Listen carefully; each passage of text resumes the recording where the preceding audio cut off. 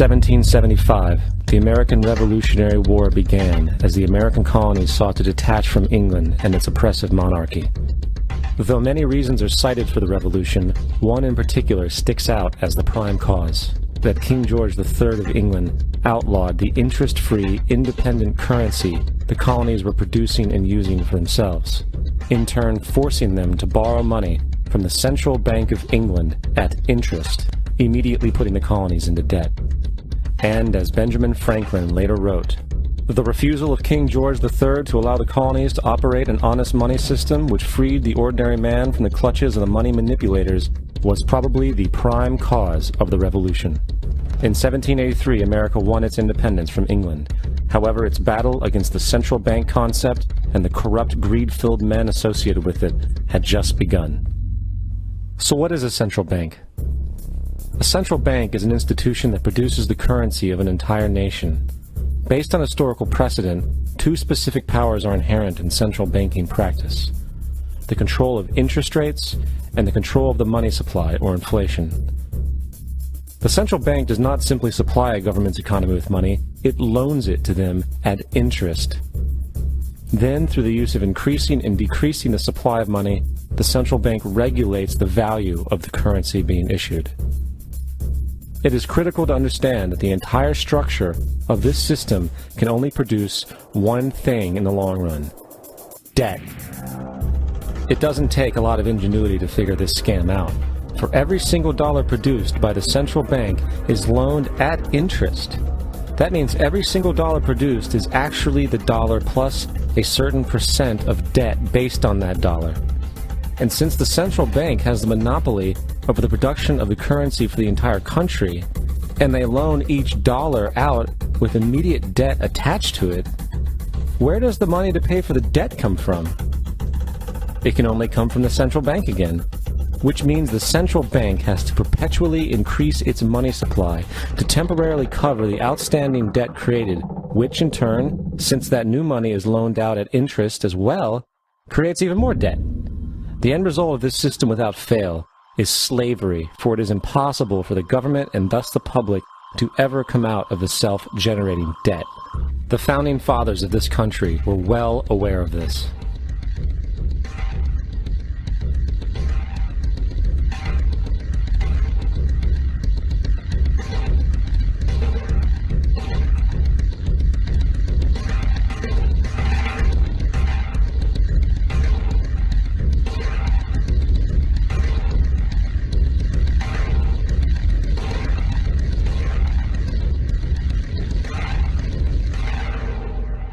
By the early 20th century, the U.S. had already implemented and removed a few central banking systems, which were swindled into place by ruthless banking interests.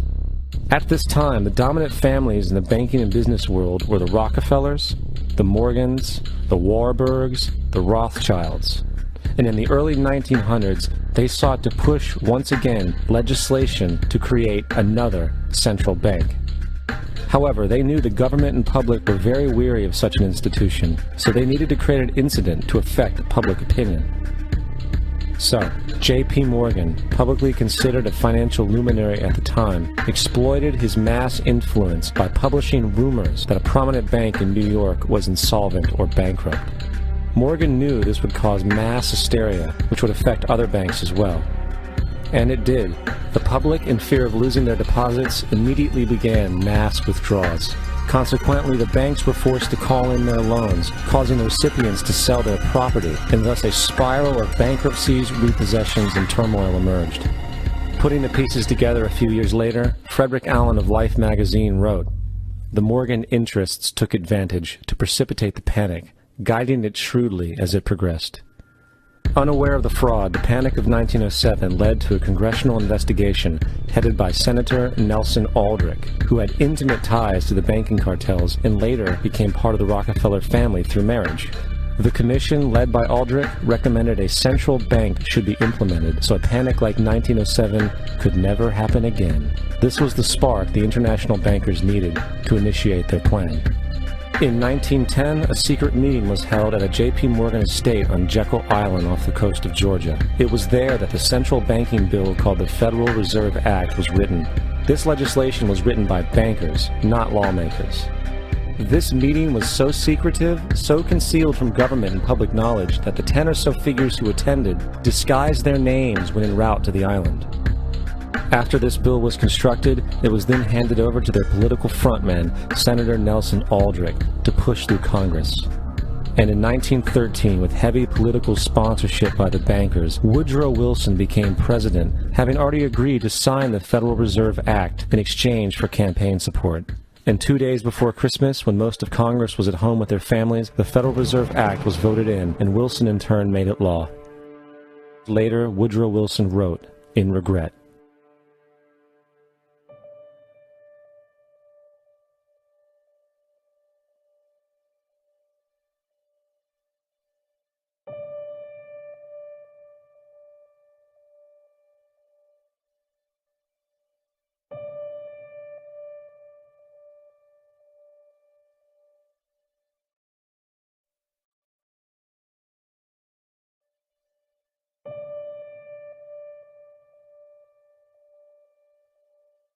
Congressman Louis McFadden also expressed the truth after the passage of the bill.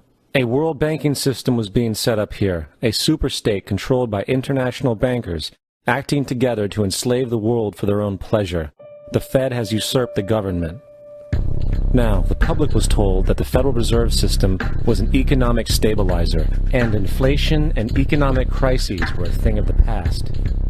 Well, as history has shown, nothing is further from the truth. The fact is, the international bankers now had a streamlined machine to expand their personal ambitions. It's alive! It's alive! It's alive! For example, from 1914 to 1919, the Fed increased the money supply by nearly 100%, resulting in extensive loans to small banks and the public. Then, in 1920, the Fed called in mass percentages of the outstanding money supply, thus resulting in the supporting banks having to call in huge numbers of loans, and, just like 1907, bank runs, bankruptcy, and collapse occurred.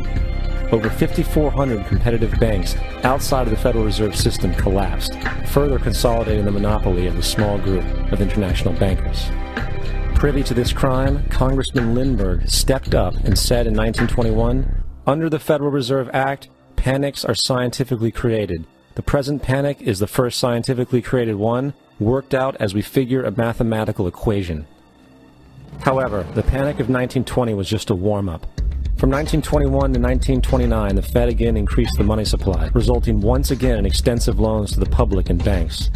There was also a fairly new type of loan called a margin loan in the stock market. Very simply, the margin loan allowed an investor to put down only 10% of a stock's price, with the other 90% being loaned through the broker. In other words, a person could own $1,000 worth of stock with only $100 down. This method was very popular in the roaring 1920s, as everyone seemed to be making money in the market. However, there was a catch to this loan. It could be called in at any time and had to be paid within 24 hours. This is termed a margin call, and the typical result of a margin call is the selling of the stock purchased with the loan. So, a few months before October in 1929, J.D. Rockefeller, Bernard Baruch, and other insiders quietly exited the market, and on October 24, 1929, the New York financiers who furnished the margin loans started calling them in masse. This sparked an instantaneous, massive sell-off in the market, for everyone had to cover the margin loans. It then triggered mass bank runs for the same reason, in turn collapsing over 16,000 banks, enabling the conspiring international bankers to not only buy up rival banks at a discount, but to also buy up whole corporations at pennies on the dollar. It was the greatest robbery in American history. But that didn't stop there. Rather than expanding the money supply in order to recover from this economic collapse, the Fed actually contracted it, fueling one of the largest depressions in history. Once again outraged, Congressman Louis McFadden, a longtime opponent of the banking cartels, began bringing impeachment proceedings against the Federal Reserve Board, saying of the crash and depression, "It was a carefully contrived occurrence. International bankers sought to bring about a condition of despair so that they might emerge the rulers of us all." Not surprisingly, and after 2 previous assassination attempts, McFadden was poisoned at a banquet before he could push for the impeachment. Now, having reduced the society to squalor, the Federal Reserve bankers decided that the gold standard should be removed. In order to do this, they needed to acquire the remaining gold in the system. So, under the pretense of helping to end the Depression, came the 1933 gold seizure. Under the threat of imprisonment for 10 years, everyone in America was required to turn in all gold bullion to the Treasury, essentially robbing the public of what little wealth they had left. And at the end of 1933, the gold standard was abolished. If you look at a dollar bill from before 1933, it says it is redeemable in gold. You look at a dollar bill today, it says it is legal tender, which means it is backed by absolutely nothing. It is worthless paper. The only thing that gives our money value is how much of it is in circulation. Therefore, the power to regulate the money supply is also the power to regulate its value, which is also the power to bring entire economies and societies to its knees.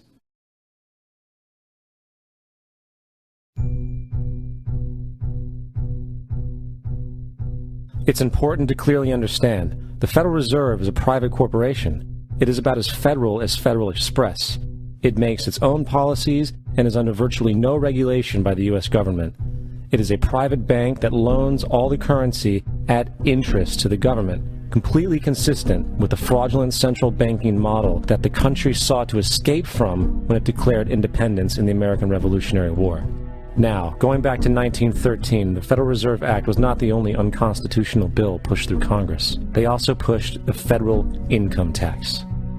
It's worthwhile to point out that the American public's ignorance towards the federal income tax is a testament to how dumbed down and oblivious the American population really is.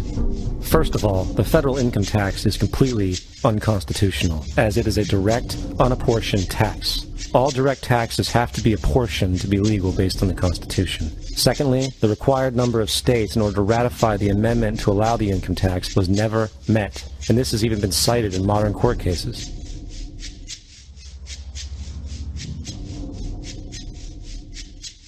Third, at the present day, roughly 25% of the average worker's income is taken via this tax. And guess where that money goes? It goes to pay the interest on the currency being produced by the fraudulent Federal Reserve Bank, a system that does not have to exist at all. The money you make working almost 3 months out of the year goes almost literally into the pockets of the international bankers who own the private Federal Reserve Bank. And fourth, even with the fraudulent government claim as to the legality of the income tax, there is literally no statute, no law in existence that requires you to pay this tax, period. I really expected that, of course, there's a law that you can point to in the law book, the code, that requires you to file a tax return. Of course there is. I was at that point where I couldn't find the statute that clearly made a person liable, at least not me and most people I know. And I had no choice in my mind except to resign. Based on the research that I did throughout the year 2000 and that I'm still doing, I have not found that law. I've asked Congress, we've asked a lot of people in the IRS commissioners, helpers. They can't answer, because if they answer, the American people are going to know that this whole thing is a fraud. I haven't filed an federal income tax return since I left. I have not filed a tax return since 1999. The income tax is nothing less than the enslavement of the entire country. Now, the control of the economy and the perpetual robbery of wealth is only one side of the Rubik's Cube the bankers hold in their hands. The next tool for profit and control is war. Since the inception of the Federal Reserve in 1913, a number of large and small wars have commenced. The three most pronounced were World War I, World War II, and Vietnam. World War I. In 1914, European wars broke out centered around England and Germany. The American public wanted nothing to do with the war. In turn, President Woodrow Wilson publicly declared neutrality. However, under the surface, the U.S. administration was looking for any excuse it could find to enter it. In a noted observation by Secretary of State William Jennings, the large banking interests were deeply interested in the World War because of the wide opportunities for large profits. It's important to understand that the most lucrative thing that can happen for the international bankers is war, for it forces the country to borrow even more money from the Federal Reserve Bank at interest. Woodrow Wilson's top advisor and mentor was Colonel Edward House, a man with intimate connections with the international bankers who wanted in the war.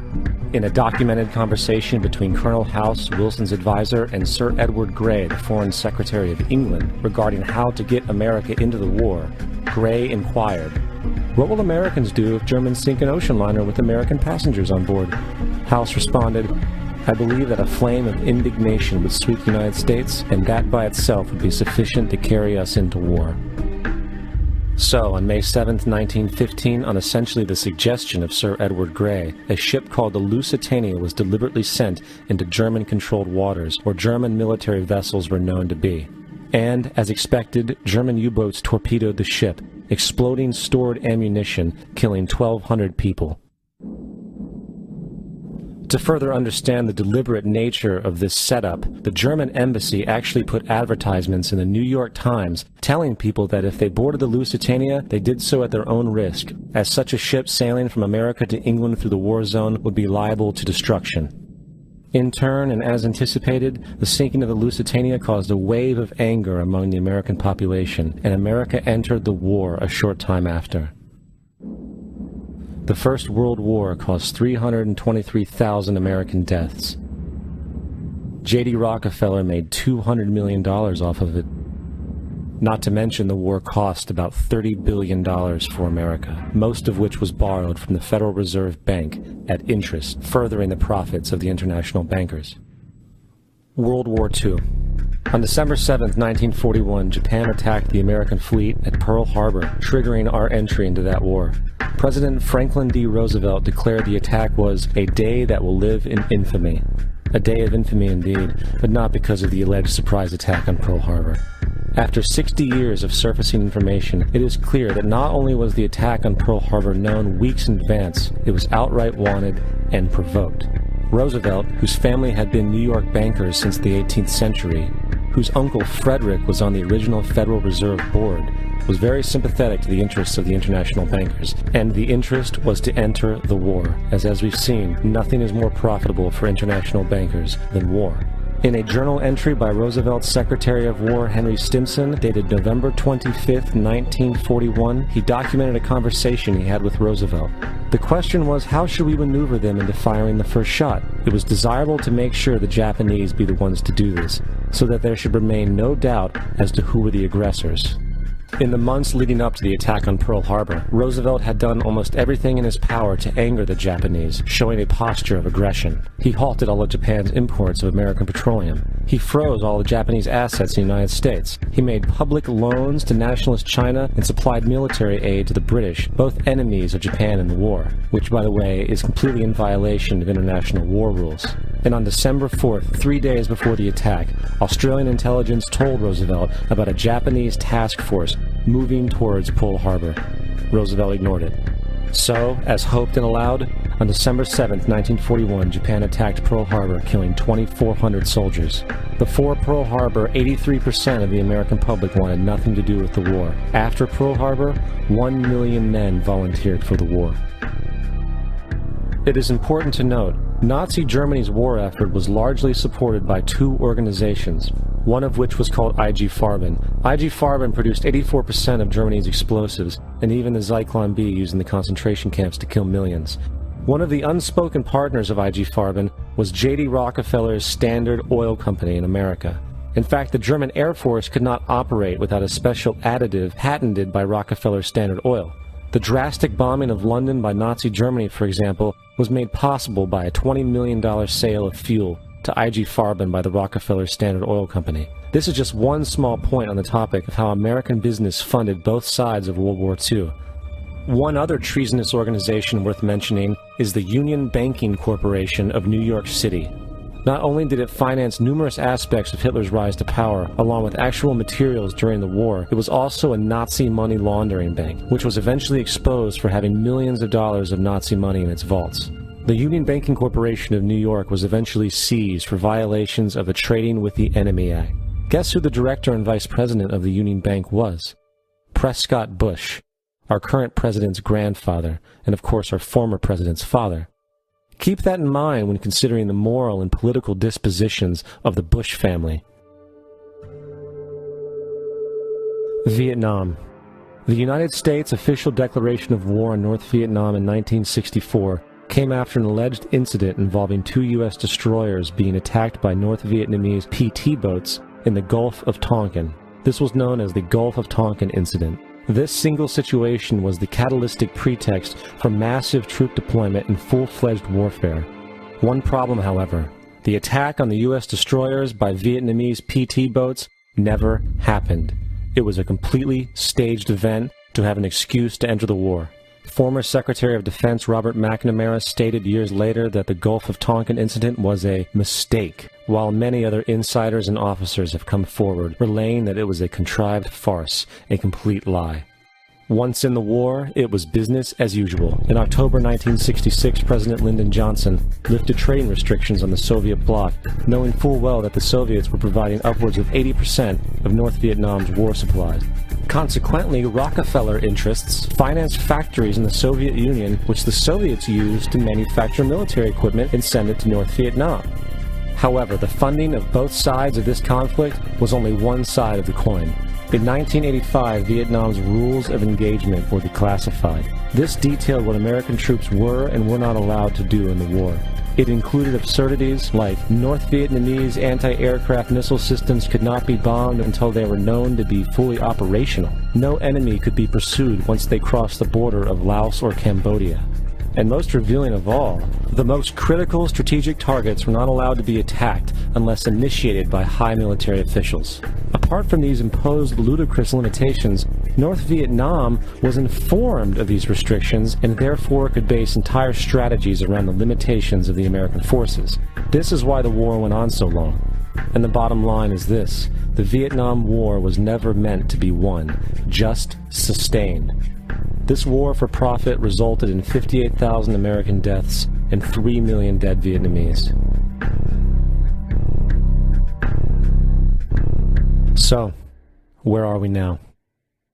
September 11th was the jumpstart for what is now an accelerated agenda by the ruthless elite. It was a staged war pretext no different than the sinking of the Lusitania, the provoking of Pearl Harbor, and the Gulf of Tonkin lie. In fact, if 9/11 wasn't a planned war pretext, it would be an exception to the rule. It has been used to launch 2 unprovoked illegal wars, one against Iraq and one against Afghanistan. However, 9/11 was a pretext for another war as well, the war against you. The Patriot Act, Homeland Security, the Military Tribunals Act, and other legislations are all completely and entirely designed to destroy your civil liberties and limit your ability to fight back against what is coming. Currently in the United States, unannounced to most brainwashed Americans, your home can be searched without a warrant, without you being home. You can in turn be arrested with no charges revealed to you, detained indefinitely with no access to a lawyer, and legally tortured, all under the suspicion that you might be a terrorist. If you need a painted picture of what is happening in this country, let's recognize how history repeats itself. In February 1933, Hitler staged a false flag attack, burning down his own German parliament building, the Reichstag, and blamed it on communist terrorists.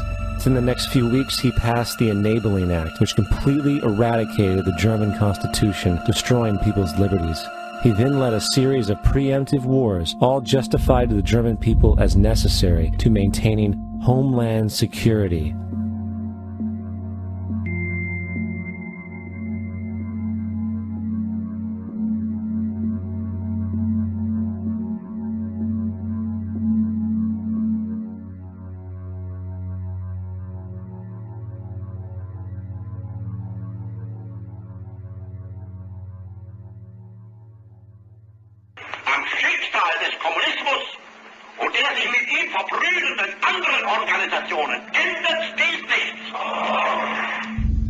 Our enemy is a radical network of terrorists and every government that supports them. It's time to wake up. The people in power go out of their way to make sure that you are perpetually misled and manipulated. The majority's perception of reality, especially in the political arena, is not their own. It is shrewdly imposed upon them without them even knowing it. For example, the public at large actually believes the invasion of Iraq is going badly, as sectarian violence doesn't seem to stop. What the public fails to see is that the destabilization of Iraq is exactly what the people behind the government want. This war is to be sustained so the region can be divided up, domination of the oil maintained, continual profits reaped for the defense contractors, and most importantly, permanent military bases established to be used as a launching pad against other oil-bearing, non-conforming countries such as Iran and Syria. For further implication that the civil war and destabilization is purely intentional, in 2005, 2 elite British SAS officers were arrested by Iraqi police after being caught driving around in their car shooting at civilians while dressed up as Arabs. After being arrested and taken to a jail in Basra, the British Army immediately requested the release of these men. When the Basra government refused, British tanks came in and physically broke out the men from the Basra prison. If you wish to destroy an area, how do you do it? Well, there are 2 ways. You can go in there and bomb it and so forth, but that is not very efficient. What you do is you try to get the people in that area to kill each other and to destroy their own territory, their own farms. And that's what's been done in that area. The way in which you destroy an opponent is get him to destroy himself by dividing his ranks against one another. Then you feed both sides. You have agents feeding both sides, inflaming both sides, and they kill each other off. And it's time that some of us woke up to this reality, to understand that people who try to maintain empires and create empires do it by manipulating the people they're trying to conquer. You might want to ask yourself why the entire culture is utterly saturated with mass media entertainment from all sides, while the educational system in America continues its stupefying downward slide since the U.S. government decided to take over and subsidize the public school system. What your government pays for, it gets. When we understand that, then we look at government-financed institutions of education and see the kind of students and the kind of education that's being turned out by these government-financed schools. Logic will tell you that if what is being turned out in those schools was not in accord with what the state and the federal government wanted, then it would change it. The bottom line is that the government is getting what they have ordered. They do not want your children to be educated. They do not want you to think too much. That is why our country and our world has become so proliferated with entertainments, mass media, television shows, amusement parks, drugs, alcohol, and every kind of entertainment to keep the human mind entertained, so that you don't get in the way of important people by doing too much thinking.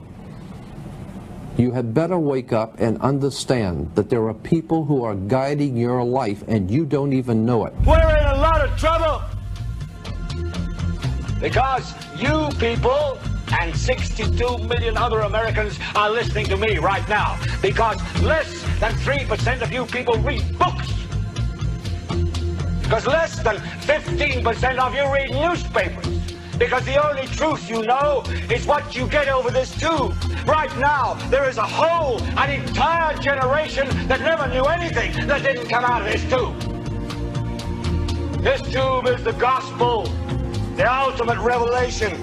This tube can make or break presidents, popes, prime ministers. This tube is the most awesome goddamn force in the whole godless world. And woe is us if it ever falls in the hands of the wrong people. And when the largest company in the world controls the most awesome goddamn propaganda force in the whole godless world, who knows what shit will be peddled for truth on this network. So you listen to me. Listen to me. Television is not the truth. Television is a goddamn amusement park. Television is a circus, a carnival, a traveling troupe of acrobats, storytellers, dancers, singers, jugglers, sideshow freaks, lion tamers, and football players. We're in the boredom-killing business. But you people sit there day after day, night after night, all ages, colors, creeds. We're all you know. You're beginning to believe the illusions we're spinning here. You're beginning to think that the tube is reality and that your own lives are unreal. You do whatever the tube tells you. You dress like the tube. You eat like the tube. You raise your children like the tube. You even think like the tube. This is mass madness, you maniacs. In God's name, you people are the real thing. We are the illusion. The last thing the men behind the curtain want is a conscious, informed public capable of critical thinking, which is why a continually fraudulent zeitgeist is output via religion, the mass media, and the educational system. They seek to keep you in a distracted, naive bubble, and they are doing a damn good job of it. In 2005, an arrangement between Canada, Mexico, and the United States was made. This arrangement, unannounced to the public, unregulated by Congress, merges the United States, Mexico, and Canada into one entity, erasing all borders. It's called the North American Union, and you might want to ask yourself why you've never heard of this. In fact, there is only one mainstream reporter who has actually heard of and has had the courage to cover this issue. The Bush administration's open borders policy and its decision to ignore the enforcement of this country's immigration laws is part of a broader agenda.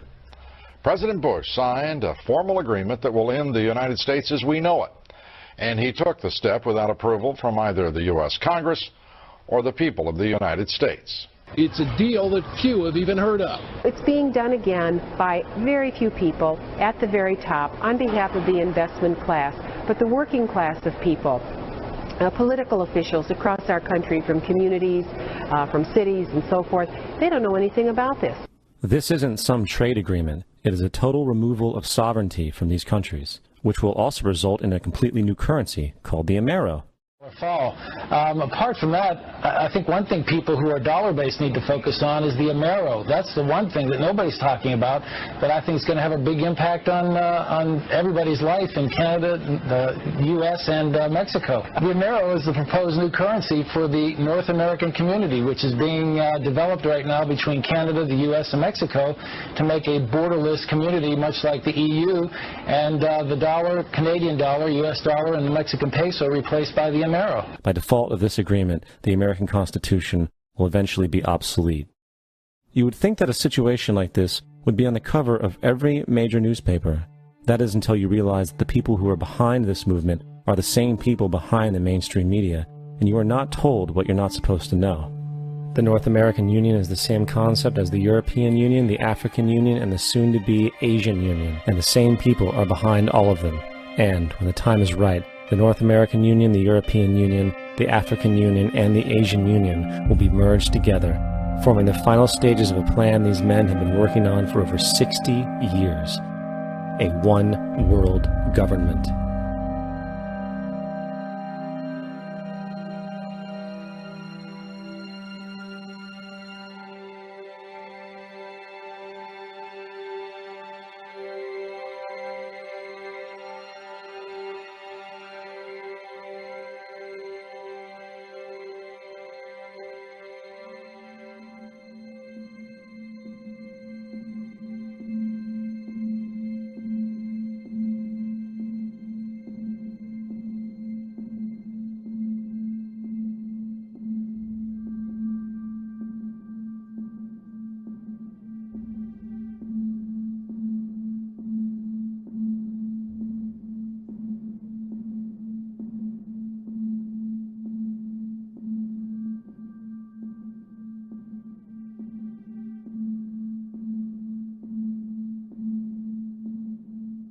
One bank, one army, one center of power.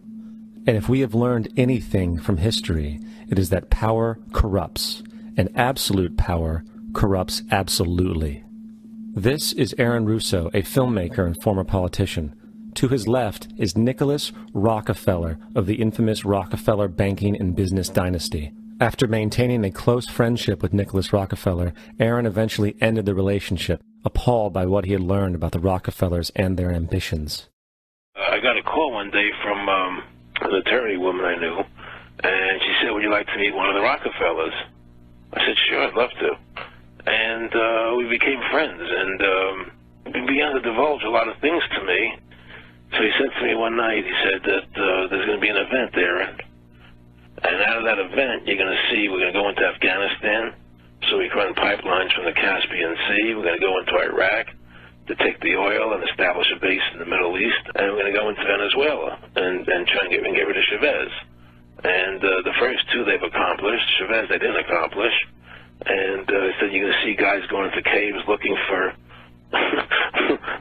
people that they're never going to find.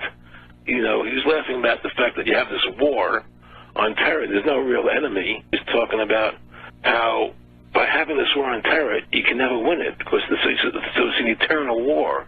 And so you can always keep taking people's liberties away. And I said, how are you going to convince people that this war is real? He said, but the media can convince everybody it's real. I mean, you know, it's just that you keep talking about things. You keep saying it over and over and over again, and eventually people believe it. You know, you created the Federal Reserve in 1913 through lies. You create 9/11, which is another lie. Through 9/11, then you're fighting a war on terror, and now all of a sudden you go into Iraq, which was another lie, and now they're going to do Iran. You know, and it's all one thing leading to another, leading to another, leading to another. Now, I would say to them, what are you doing this for? What's the point of this thing? You have all the money in the world you ever want. You have all the power. I said, you know, you're hurting people. It's not a good thing. And he would say, what do you care about the people for? Take care of yourself and you take care of your family.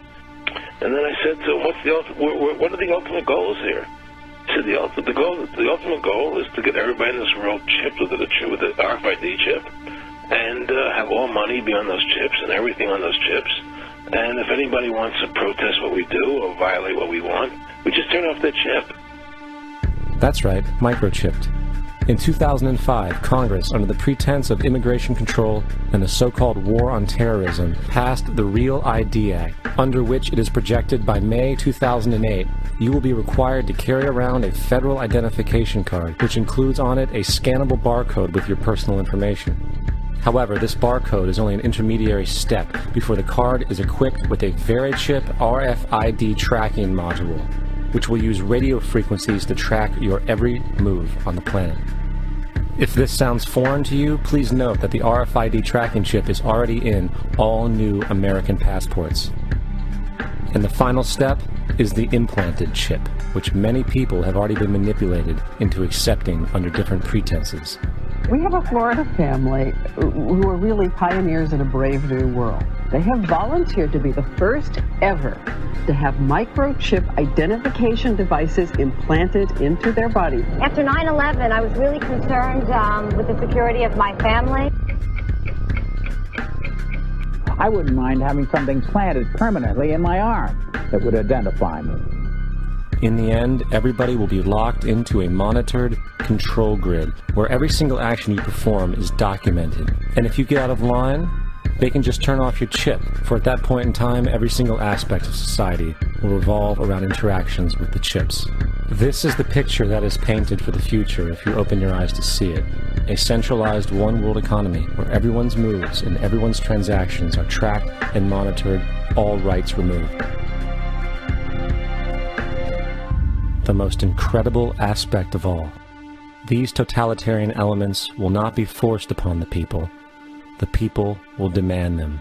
For the social manipulation of society through the generation of fear and division has completely detached humans from their sense of power and reality. A process which has been going on for centuries, if not millennia. Religion, patriotism, race, wealth, class, and every other form of arbitrary, separatist identification and thus conceit has served to create a controlled population, utterly malleable in the hands of the few. Divide and conquer is the motto, and as long as people continue to see themselves as separate from everything else, they lend themselves to being completely enslaved. The men behind the curtain know this, and they also know that if people ever realize the truth of their relationship to nature and the truth of their personal power, the entire manufactured zeitgeist they prey upon will collapse like a house of cards.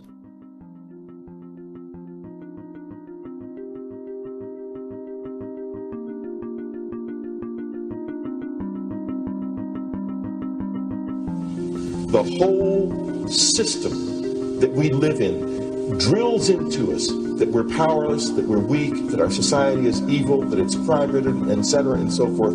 It's all a big, fat lie. We are powerful, beautiful, extraordinary. There is no reason why we cannot understand who we truly are, where we are going. There is no reason why the average individual cannot be fully empowered. We are incredibly powerful beings. You know, I think I spent 30 years of my life, the first 30, trying to become something. I wanted to become good at things. I wanted to become good at tennis. I wanted to become good at school and grades and everything I kind of viewed in that perspective. I'm not okay the way I am, but if I got good at things, I realized that I had the game wrong. That the game was to find out what I already was. Find out what I already was.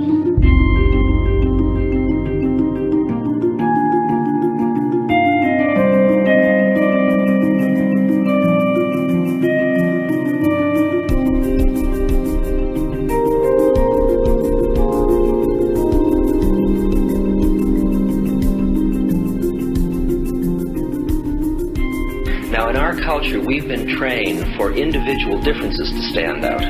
So you look at each person, the immediate hit is brighter, dumber, older, younger, richer, poorer, and we make all these dimensional distinctions, put them in categories and treat them that way. And we get so that we only see others as separate from ourselves in the ways in which they're separate. And one of the dramatic characteristics of experience is being with another person and suddenly seeing the ways in which they are like you, not different from you, and experiencing the fact that that which is essence in you and which is essence in me is indeed one. The understanding that there is no other. It is all one. And I wasn't born Richard Albert, I was just born as a human being, and then I learned this whole business of who I am and whether I'm good or bad or achieving or not. All that's learned along the way.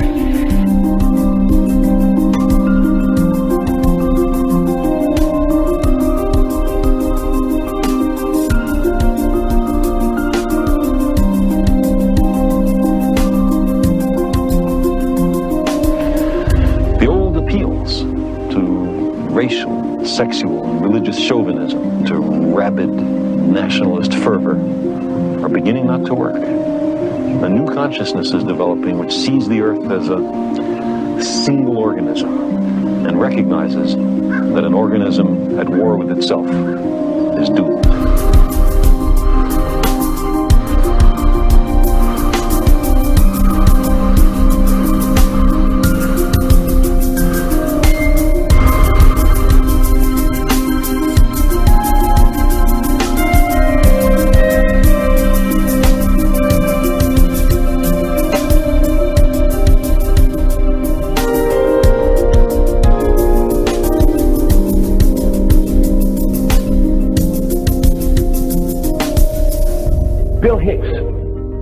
Finish his shows with this.